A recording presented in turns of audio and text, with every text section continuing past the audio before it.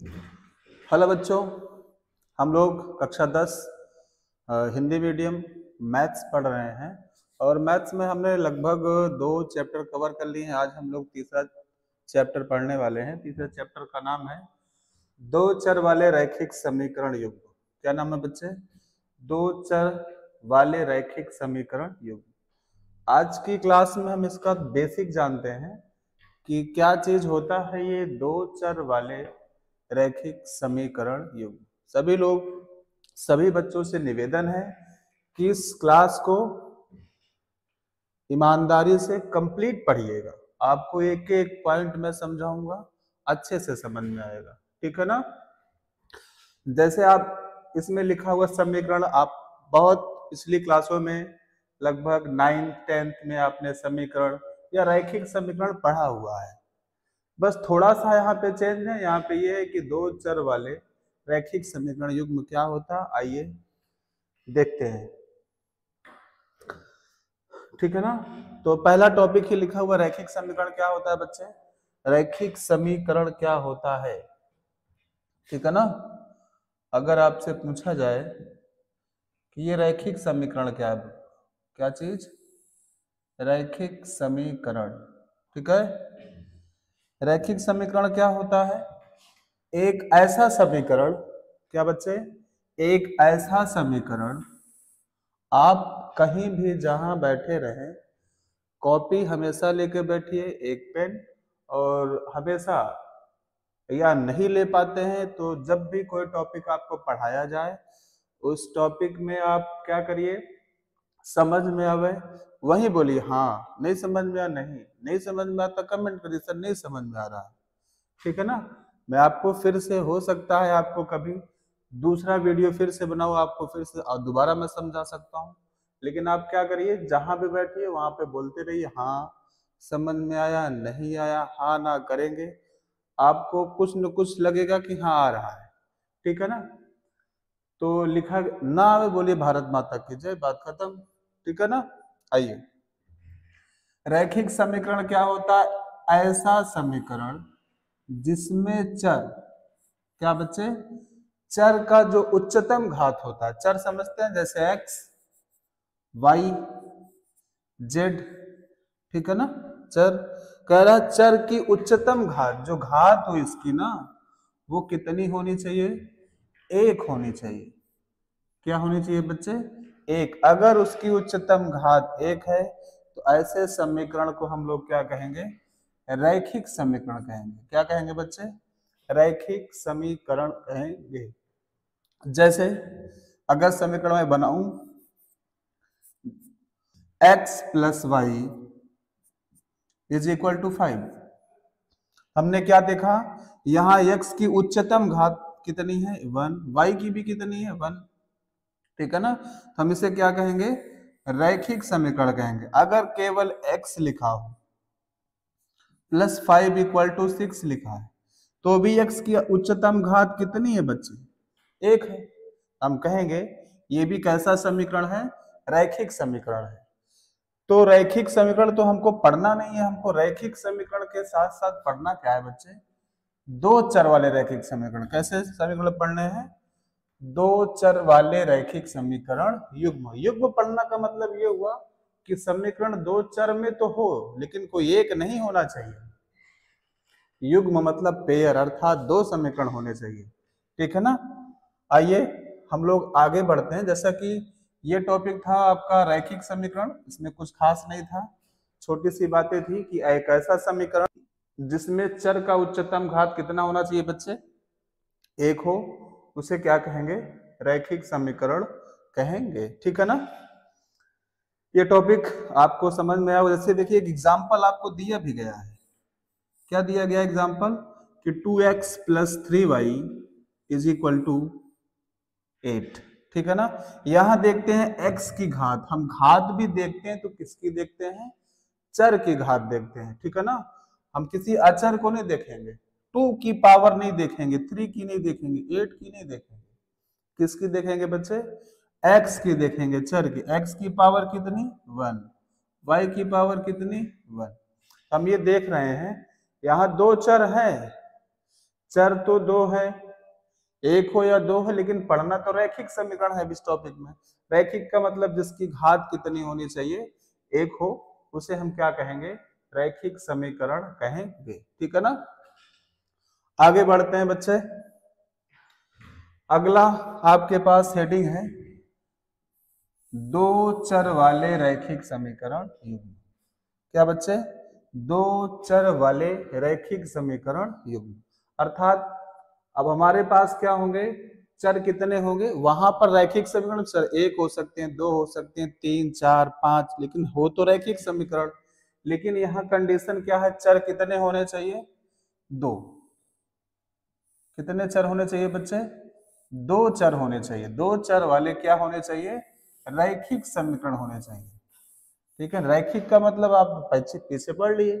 रैखिक का मतलब जिसकी उच्चतम घात कितनी होनी चाहिए, एक। युग्म का मतलब पेयर। ठीक है ना, अर्थात जोड़े में होगा। कोई समीकरण जो होगा वो कैसे होगा, जोड़े में होगा। ठीक है ना। आप देखेंगे लिखा गया हमारे पास दो ऐसे समीकरण हो, क्या होने चाहिए, हमारे पास ऐसे दो समीकरण होने चाहिए, लेकिन दोनों में क्या चर होने चाहिए। चर कितने होने चाहिए, दो। तो उसे हम क्या कहेंगे, दो चर रैखिक समीकरण युग्म कहेंगे। एग्जाम्पल, आपको इसका व्यापक समीकरण दिया गया है a1x plus b1y plus c1 equal to 0। ये इसका पहला इक्वेशन। दूसरा इक्वेशन है बच्चे a2x plus b2y plus c2 equal to 0। ठीक है ना।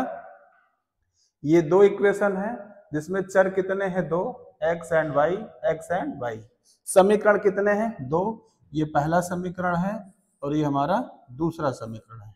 और एक बात अगर मैं यहीं पे आप चर्चा करूं, हम ये जानेंगे कि ये रैखिक समीकरण का मतलब क्या हुआ। रैखिक का मतलब एक रेखा। ठीक है ना, एक लाइन। क्या बच्चे, एक लाइन। तो अगर लाइन की बात किया जाए, हम जानते हैं कि अगर हमको एक लाइन ड्रा करनी हो, एक लाइन खींचनी हो, हम ऐसे खींच सकते हैं, ऐसे खींच सकते हैं, ऐसे ड्रॉ कर सकते हैं, ऐसे कर सकते हैं, कैसे भी कर सकते हैं। अगर मुझे एक लाइन खींचना हो, ठीक है ना, एक लाइन पे पूछा जाए अगर आपसे इस पे कितने पॉइंट होंगे, आप कहेंगे इस पे कितने पॉइंट होंगे बच्चे, इस पर कितने पॉइंट होंगे एक लाइन पे, तो आप ऐसे काउंट करेंगे तो अनंत पॉइंट होते हैं, अनंत बिंदु होते हैं। एक लाइन पर, एक रेखा पर कितने बिंदु होते हैं, अनंत बिंदु होते हैं। ठीक है ना। लेकिन हमको एक रेखा नहीं पढ़नी है, हमसे कहा गया रैखिक, दो चर वाले रैखिक समीकरण युग्म, अर्थात हमको रेखाएं कितनी पढ़नी है, दो। ठीक है ना। दो रेखा कौन कौन सी है, जैसे मैं कहूं दो रेखाएं, पहली ये हुई, दूसरी ये हुई, कैसे ड्रॉ कर सकते हैं। एक तो कंडीशन ये हो सकती है, हो सकता है दोनों रेखाएं एक दूसरे को कहीं ना कहीं क्या करें, इंटरसेक्ट करें, अर्थात प्रतिच्छेद करें, कहीं ना कहीं काटें।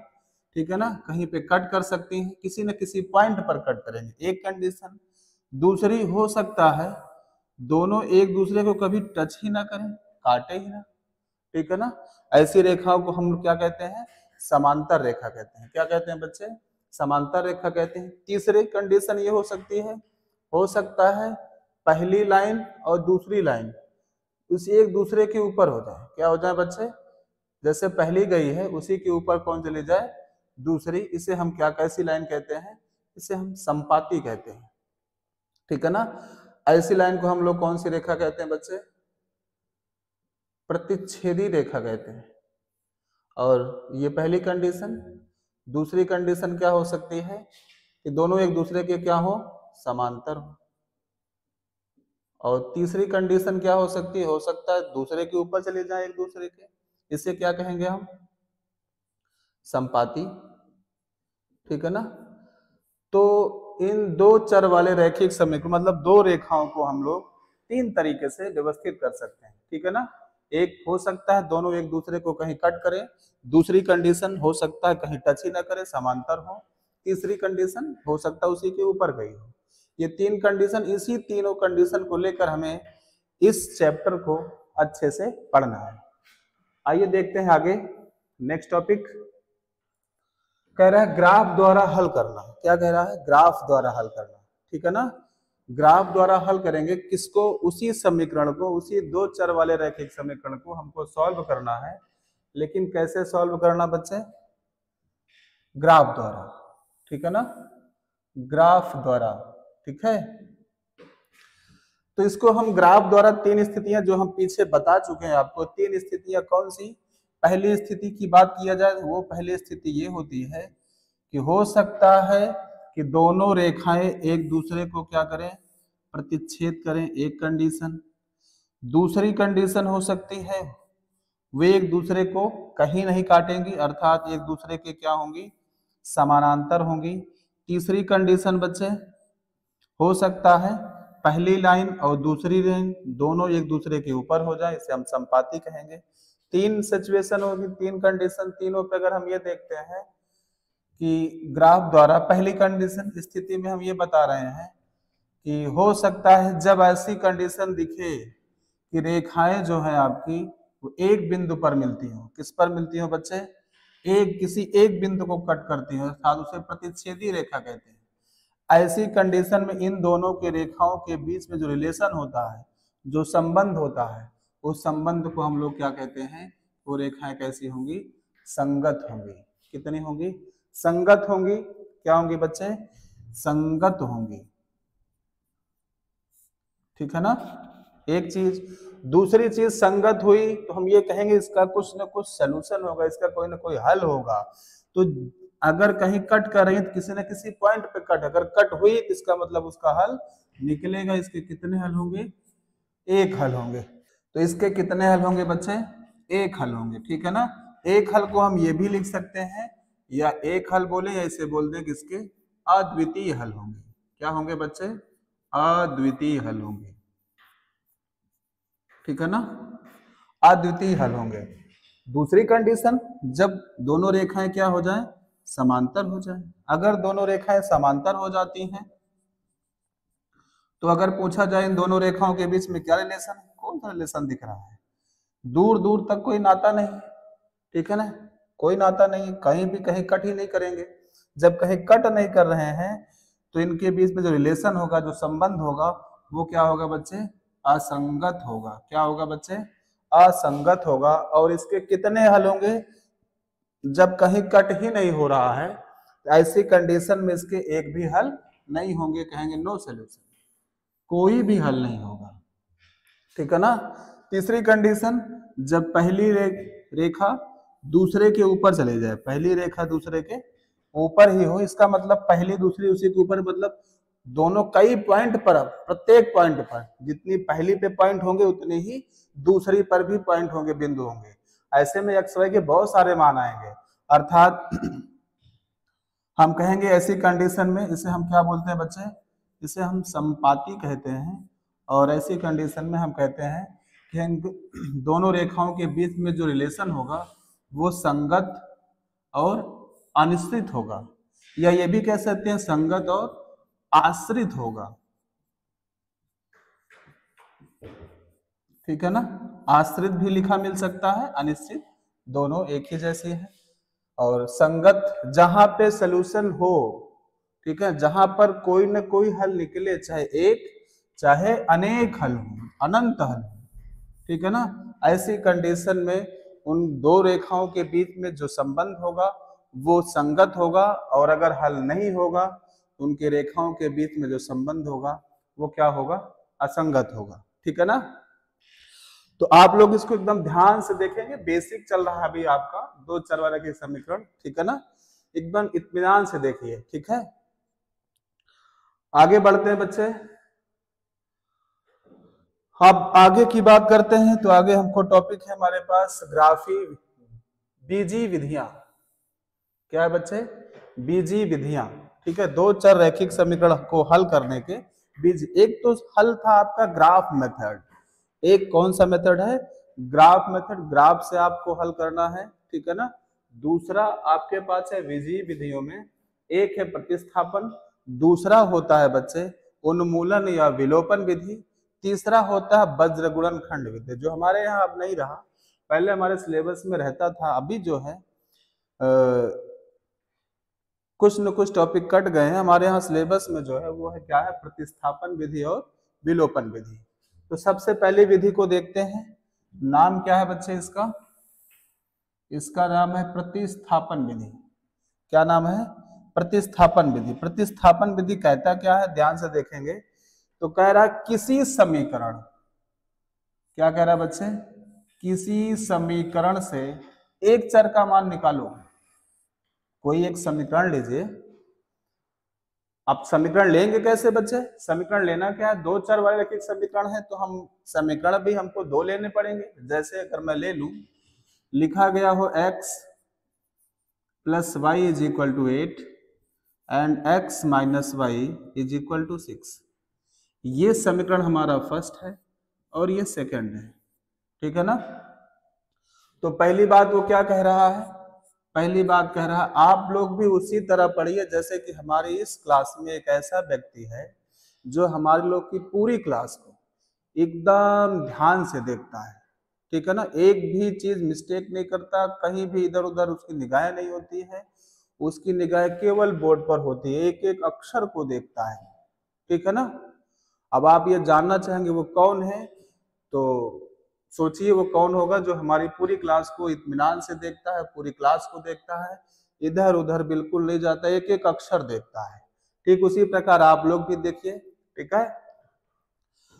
तो x plus y is equal to 8 समीकरण 1 हुआ, x minus y is equal to 6 समीकरण 2।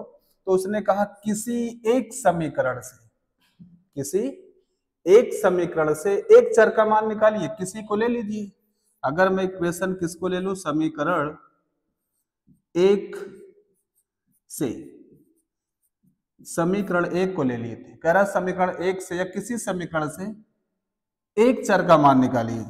x y को उधर ले चलते हैं बच्चे, माइनस वाई, ठीक है ना। तो हमने x का मान निकाला किसी एक चर का, किसी समीकरण से, जिससे निकालेंगे उससे नहीं, उसने कहा दूसरी बात कहा उसे दूसरे समीकरण में रखो। किसमें रखिए? दूसरे समीकरण में। x का मान निकाले हैं तो रखेंगे किसमें? दो में। क्यों रखेंगे? क्योंकि निकाले किससे हैं? एक से। एक से निकालेंगे तो दो में रखेंगे, दो से निकालेंगे तो एक में रखेंगे। ये पहली कंडीशन और दूसरी की बात है।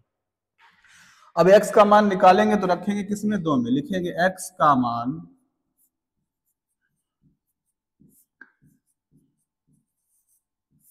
समीकरण दो में रखने पर, आइए रखते हैं दो में।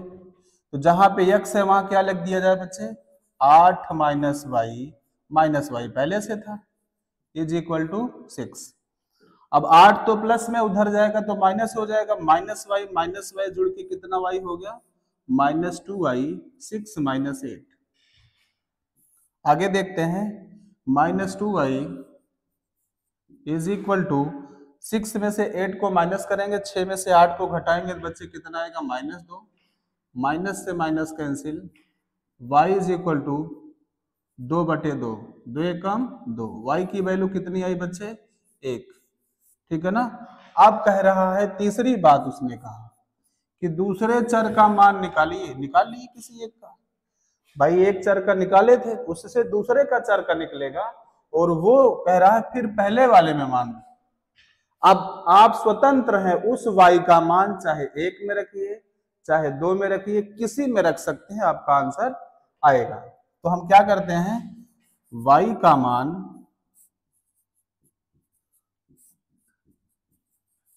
समीकरण एक में रखने पर, एक में रखते हैं बच्चे, x प्लस जहां पे y लिखा गया है, इस y की जगह हमको क्या लिखना है?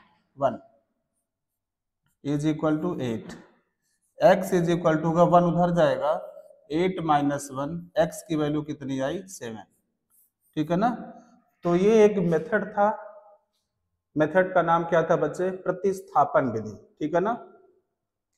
प्रतिस्थापन से भी हम x और y, हमारे पास दो इक्वेशन होंगे, दो चर वाले रैखिक समीकरण युग्म, जिनको सॉल्व करके हमको सिर्फ बताना क्या होगा? x और y के मान, ठीक है ना।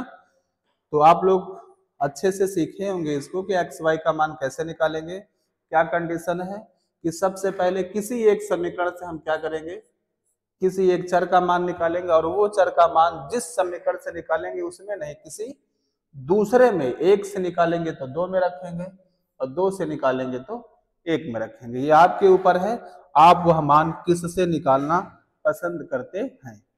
और वो मान निकालने के बाद कह रहा दूसरे चर का मान निकालो और उसे कहाँ रखो, पहले में या दूसरे में, जहां आपका मन हो वहां रख सकते हैं जब किसी एक चर का मान आ जाए तो। ठीक है ना। आगे बढ़ते हैं बच्चे। अगली विधि, विजी विधियों में दूसरी विधि का नाम है, विधि का क्या नाम है, उन्मूलन या विलोपन विधि।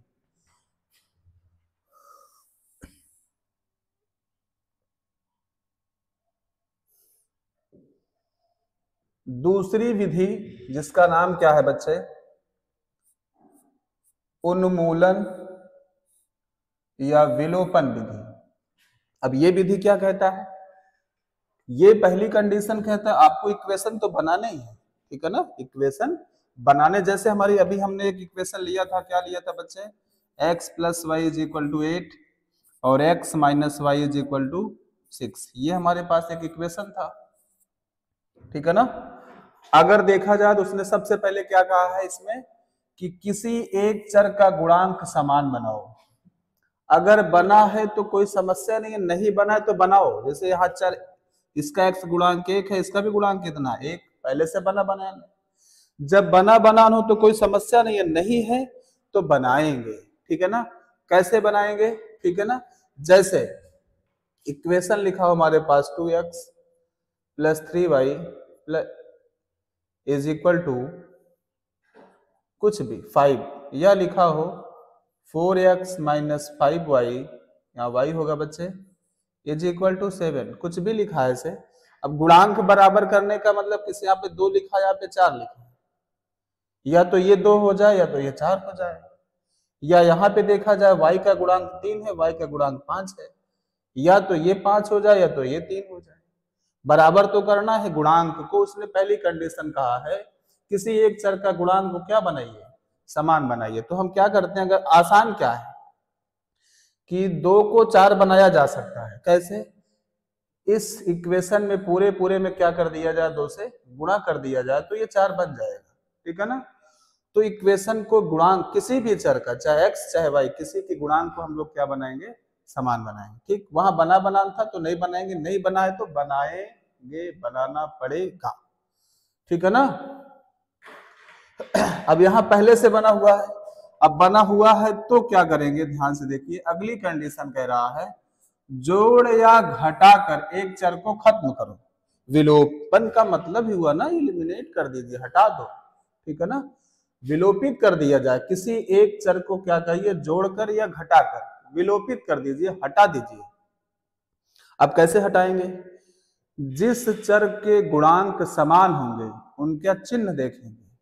अगर दोनों चिन्ह समान है बच्चे तो घटा देंगे। क्या करेंगे, अगर चर के चिन्ह यदि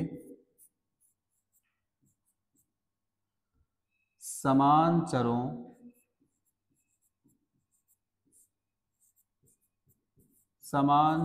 के चिन्ह समान है तो घटा देंगे। क्या देंगे बच्चे, घटा देंगे, पहली। दूसरी बात, और यदि समान चरों, क्या बच्चे, यदि समान चरों के चिन्ह असमान हो, अलग अलग हो, तो जोड़ देंगे। ये बातें आप याद रखेंगे, ये 2 बातें, ठीक है ना। ये 2 बातें आप क्या करेंगे बच्चे, पहली बात, ये 2 बातें आप क्या करेंगे, याद रखेंगे।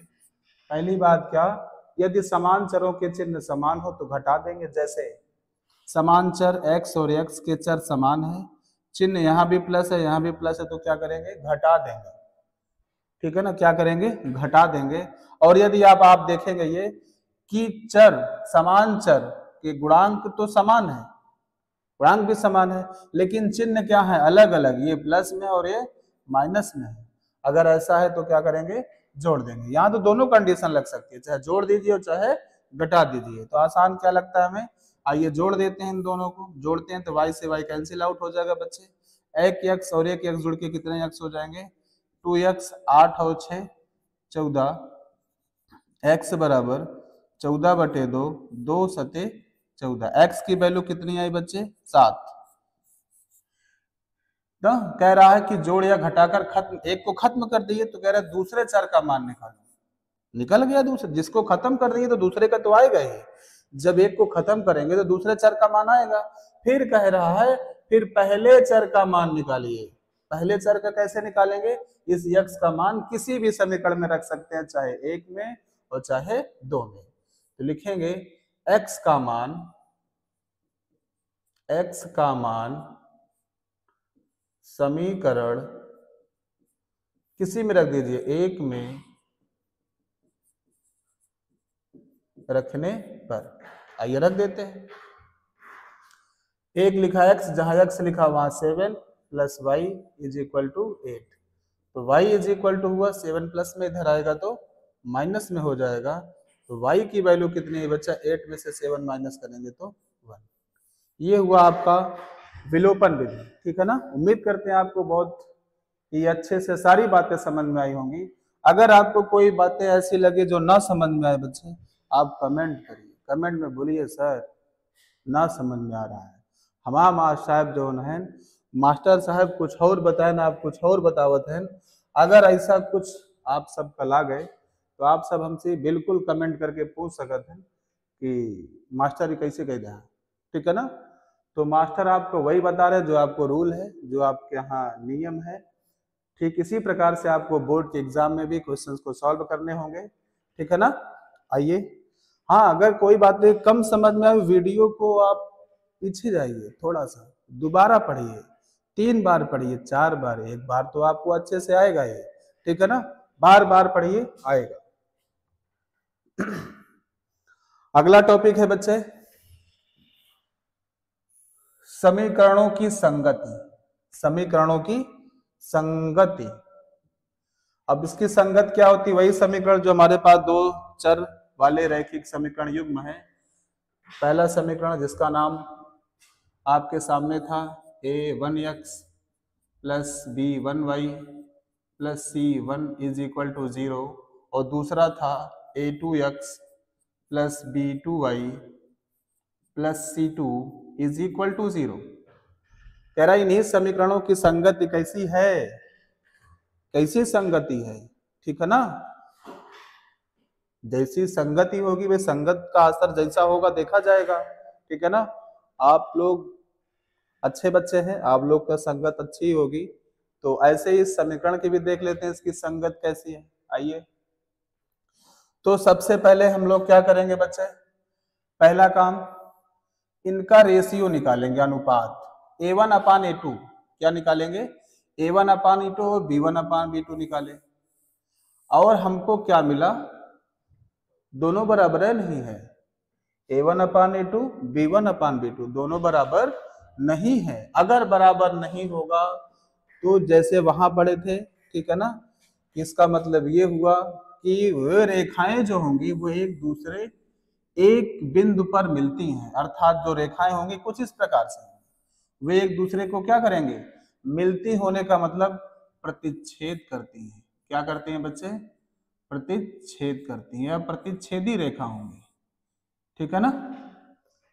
एक बात, और इसके परिणाम की बात किया जाए, इसके परिणाम की बात किया जाए, इसका हल क्या होगा, इसका हल क्या होगा, इसका एक हल होगा। एक हल का मतलब इसके अद्वितीय हल होंगे। कैसा हल होगा, अद्वितीय हल, एक यूनिक सॉल्यूशन, राइट। आगे बढ़ते हैं बच्चे, दूसरी बात, अगर दोनों बराबर नहीं है तब तो ठीक है, हमने जान लिया कि हो सकता है बराबर ना हो, उनका रेशियो निकाले, बराबर नहीं आया, बराबर नहीं आया, इसका मतलब क्या हुआ, दोनों रेखाएं एक दूसरे को कहीं ना कहीं काटती है, 100% है, ठीक है ना। नहीं बराबर तो काटेंगे, ठीक है ना, पक्का कहीं ना कहीं मिल जाएंगी, ठीक है।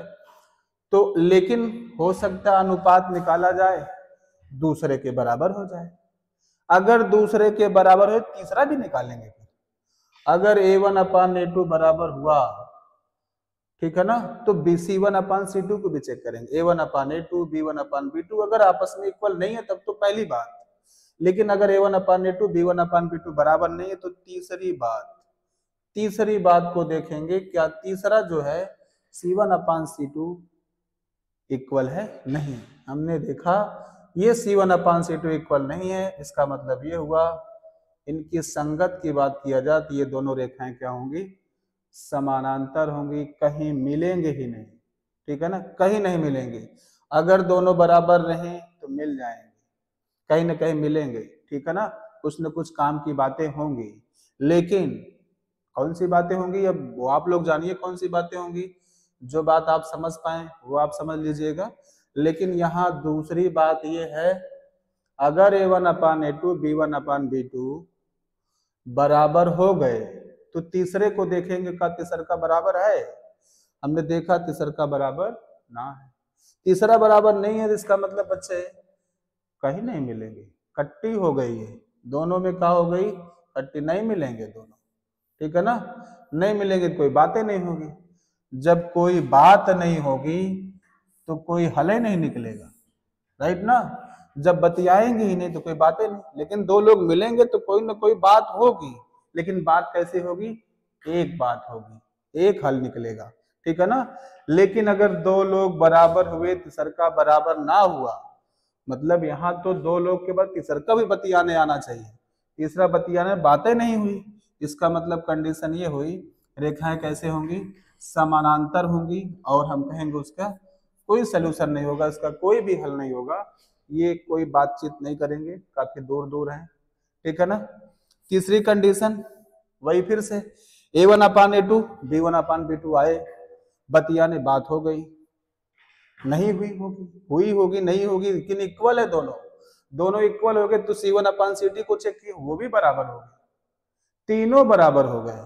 अगर तीनों बराबर हो जाएंगे बच्चे, अगर तीनों बराबर हो गए, तीनों का अनुपात बराबर, तो हम कहेंगे वो पहली लाइन और दूसरी लाइन क्या है, एक दूसरे के ही ऊपर हैं, ऐसी लाइन को हम कौन सी लाइन कहते हैं, समपाती। कौन सी रेखा कहते हैं, समपाती रेखा कहते हैं, ठीक है ना। अर्थात रेखाएं एक दूसरे पर स्थित होंगी, एक दूसरे पर स्थित होंगी, जो पहली रेखा बात कहेगी वही दूसरी रेखा बात कहेगी, ठीक है ना। पहली रेखा पे स्थित जितने भी लोग, जितने बिंदु होंगे, जो बात वो बोलेंगे वही बात कौन कहेगा, दूसरी रेखा पर स्थित। इसलिए जब सबकी बातें हर बिंदु पर सेम बातें हो रही हैं, बहुत सारी बातें होंगी, बहुत सारी बातें का मतलब पंचौरा अनंत हल हो जाएगा। कितने हल होंगे बच्चे, अनंत हल हो जाएंगे, ठीक है ना। ये आपको उम्मीद करते हैं मस्त समझ में आया होगा, नहीं आया होगा भारत माता की जय बोलिएगा, ठीक है ना। आए तो भी भारत माता की जय, ना आए तो भी तब तो जरूर बोलिए भारत माता की, ठीक है ना। आइए आगे बढ़ते हैं बच्चे। अगला टॉपिक है वास्तविक जीवन में ये जो हमने रैखिक समीकरण पढ़ा इतनी देर से, जो हम लोग ज्ञान की बातें की, मास्टर साहब हमका पता ना का सुना डायन कि दू रेखा मिलन ना मिलन, बतियाने ना बतिन, पता ना का बात भाई, बतिये ना समझ में, तो बतिये ना समझ में कहती बताओ फिर वास्तविक जीवन में इनका उपयोग का बच्चे कह रहा है, वास्तविक जीवन में इनका क्या उपयोग है, ठीक है ना। वास्तविक जीवन में उपयोग बहुत सारी ऐसी घटनाएं होती हैं, ऐसी बहुत सारे हम लोग रोजमर्रा के हिसाब में देखते हैं कि ऐसी बहुत सारे चीजें हमको मिलती है, जोड़ना घटाना पड़ता है। कहाँ कहाँ ऐसी स्थितियां मिलेंगी, पहला ये सारी बातें आपको एक्सरसाइज में देखने को, इस पर सारे क्वेश्चंस मिलने वाले हैं, इन 3 से 4 पॉइंट जो भी लिखे हैं इस पे आपको वो सारे क्वेश्चंस मिलेंगे जो आपको सॉल्व करने हैं। सॉल्व करके क्या मिलेगा, बोर्ड में अच्छे मार्क्स मिलेंगे, ठीक है ना। क्या मिलेगा, बोर्ड में अच्छे मार्क्स मिलेंगे।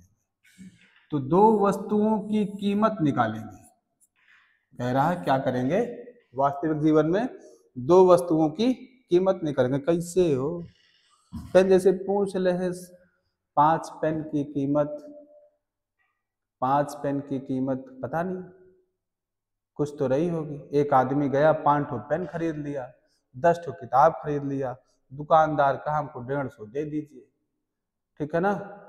फिर दूसरा आदमी गया, या हो सकता है दूसरे दिन वही आदमी गया हो, 10 ठो पेन ले लिया हो, 20 ठो किताब ले लिया हो, दुकानदार कहा हमको 250 दे दीजिए। अब लड़का समझ नहीं पाया, का समझ नहीं पाया कि एक ठो जो पेनिया एक ठो किताबियों का कीमत ही ना मालूम। तो किताबिया की और पेनिया की कीमत निकालने के लिए ही हम लोग क्या करते हैं, दो चर वाले रैखिक समीकरण का प्रयोग करते हैं। ये पहली बात। दूसरी, ट्रेन या बस की गति निकालेंगे बच्चे। तीसरी बात, आयु से जुड़ी समान समस्याएं होंगी, एज से संबंधित कुछ आपके पास क्वेश्चंस होंगे। और तीसरी बात क्या होगी बच्चे, दो अज्ञात राशियों वाले शब्द प्रश्न होंगे, ठीक है ना। ऐसे लगभग 3 से 4 टाइप के आपके पास क्वेश्चंस आपको एक्सरसाइज में मिलने वाले हैं, और एक्सरसाइज को हम लोग बड़े इत्मीनान से पढ़ेंगे, एक एक क्वेश्चंस को, कोई क्वेश्चन नहीं छूटने वाला है। आइए हम लोग जितनी बातें पढ़े हैं अभी तक, कुछ पढ़े भी हैं पता नहीं, ठीक है ना, पता नहीं क्या पढ़े लेकिन पढ़े हैं, उन सभी बातों को जल्दी से रिवाइज करते हैं, देखते हैं हम लोग कहाँ पढ़ लिए हैं, ठीक है ना, पढ़े भी हैं कि वैसे बकैती किए जा रहे हैं। आइए देखते हैं अध्याय 3 जो हम लोग पढ़ रहे हैं, नाम क्या है, दो चर वाले रैखिक समीकरण युग्म। दो चर रैखिक समीकरण, रैखिक समीकरण क्या होता है बच्चे, रैखिक समीकरण क्या होता है, अगर आपसे कोई पूछे ये रैखिक समीकरण क्या है, तभी आपको बताया गया पीछे। रैखिक समीकरण वही है बच्चे जिसमें चर की अधिकतम घात कितनी होनी चाहिए, 1 होनी चाहिए। कितनी होनी चाहिए बच्चे, 1 होनी चाहिए। सर ऐसे न घूरिए, घूर नहीं रहे बच्चे। रैखिक समीकरण क्या होता है, एक ऐसा समीकरण जिसमें चर की घात कितनी होती है, 1 होती है। अधिकतम घात कितनी होनी चाहिए, 1, उसे हम लोग कहते हैं रैखिक समीकरण। लेकिन पढ़ना क्या है, दो चर वाले रैखिक समीकरण युग्म। क्या पढ़ने हैं, दो चर वाले रैखिक समीकरण युग्म पढ़ने हैं, ठीक है ना। ये दो चर वाले रैखिक समीकरण युग्म का जो हमने बेसिक देखा था वो क्या था बच्चे, a1x plus b1y plus c1 equal to 0 and a2x plus b2y plus c2 is equal to 0। ये इक्वेशन फर्स्ट एंड ये सेकेंड, दो इक्वेशन, दोनों को लेकर हमने ये कहा ये दोनों एक रेखाएं हैं, एक रेखा ये है दूसरी रेखा ये है। इन दोनों को लेकर कंडीशंस क्या क्या बन सकती हैं। पहली कंडीशन की बात हुई थी, हो सकता है ये दोनों लाइन एक दूसरे को कहाँ करे, काटे, मिलेंगे, कहीं ना कहीं मिलेंगे, बतियाएंगे, कुछ न कुछ बातें होंगी, पता नहीं कितनी बातें ना, देखा जाएगा। हो सकता है दोनों ये क्या हो जाए, एक दूसरे के समांतर हो जाए। तीसरी बात क्या हो सकती, हो सकता है उसी के ऊपर हो जाए, एक दूसरे के ऊपर स्थित हो, ठीक है ना। 3 कंडीशन हो सकती है किसके लिए, दो चर वाले रैखिक समीकरण युग्म में। ये 3 बातें हैं। 3 बातों से क्या क्या निकल के आया, कहीं पे कट कर गई ये लाइन, अगर कहीं पे कट कर गई कहेंगे वो लाइन कैसी होगी, कहेंगे वो रेखा एक दूसरे को प्रतिच्छेद करेंगे, अर्थात ऐसी रेखा को प्रतिच्छेदी रेखा कहेंगे। अगली कंडीशन, हो सकता है दोनों क्या हो, मिलबे न करे, बतिये चीत न हो, दूरी बनाए लें, कट्टी ले लें, कहें हम ना मिलबे, तो ऐसी कंडीशन में हम कहेंगे दोनों रेखाएं क्या होंगी, समांतर होंगी। कैसी रेखा होंगी, समांतर रेखा होंगी। तीसरी कंडीशन, एकदम कायदे से मिल रहे, समझत है, कहन एकदम बढ़िया से मिलबे, एक एक बिंदु एक एक पॉइंट पूरी बतिया, कब का तो कहन का, कहन एक गरियाए ना रहे, ठीक है ना, पूरी पूरी बात। अर्थात ऐसी रेखा को हम लोग क्या कहेंगे बच्चे, समपाती रेखा कहेंगे। ऐसी रेखा को क्या कहेंगे, समपाती रेखा कहेंगे, ठीक है ना। अगर प्रतिच्छेदी रेखा होंगी तो कंडीशन की बात किया जाएगा, कंडीशन ये होगी, ऐसी कंडीशन में a1 अपान a2 कभी भी बच्चे इक्वल नहीं होगा किसके, b1 अपान b2 के, ठीक है ना। क्या नहीं होगा, A1/A2 कभी बराबर नहीं होगा B1/B2 के, और हम कहेंगे वो रेखाएं प्रतिच्छेदी होंगी और हमारे पास उनकी संगत कैसे होगी, वो संगत होंगे, या कहा जाए संबंध दो रेखाओं के बीच में क्या होगा, संगत होगा। और कहेंगे ये प्रतिच्छेदी होंगी, संगत होगा। इसके कितने हल होंगे, तो कहा जाएगा इसके एक हल होगा। कितना हल होगा बच्चे, एक हल होगा, या कह सकते हैं अद्वितीय हल होगा।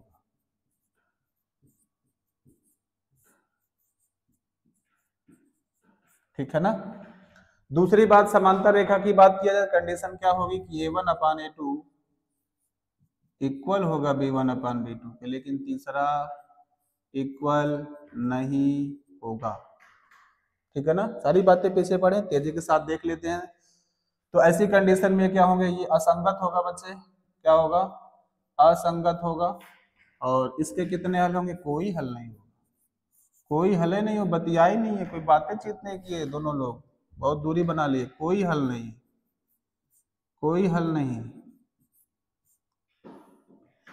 तीसरी बात क्या होगी, संपाती होगा। तो कंडीशन क्या होगी बच्चे, A1/A2 इक्वल होगा B1/B2 के, और C1/C2 भी क्या होगा, इक्वल होगा।